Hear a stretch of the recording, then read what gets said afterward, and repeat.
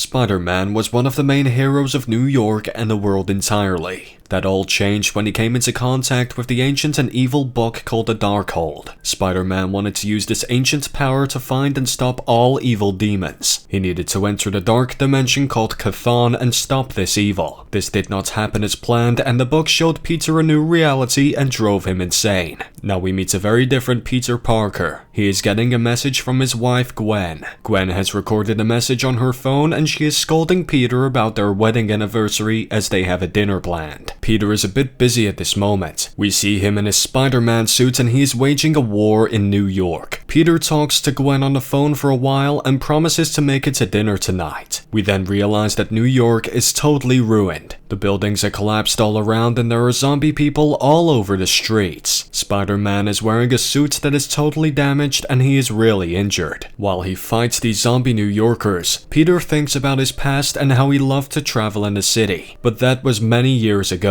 It's revealed that an event called the Unraveling hit New York a while back and nobody knew what was happening. Suddenly the buildings started to fall apart and even people started to fall apart as their bodies got destroyed. Peter also realized that his web disappears after a while. Now his days as Spider-Man are wasted, running around the city and pulling his web on buildings so that everything does not fall apart. It seems that the people in the city turn into mindless creatures that fall apart and just do the same thing over and over. This cycle starts every day, and every day Spider-Man is there to fight and try to save his city. We see Spider-Man swinging through the city, and his webs are all over the place, as they are the only things holding this place together. He finds many zombie-like people walking the streets. One such person tries to attack Spider-Man, but it's revealed that this person is just falling apart and they are afraid. Spider-Man uses his web to help them keep their body, and he goes on with his mission in the city. Spider-Man zips around the city, and soon he reaches an enemy he fights almost every day. It's Dr. Otto Octavius. Doc Ock is going crazy, and he is using his tentacles to attack people around him, but there is nobody there. It becomes apparent very fast that Doc Ock has been affected by this unraveling.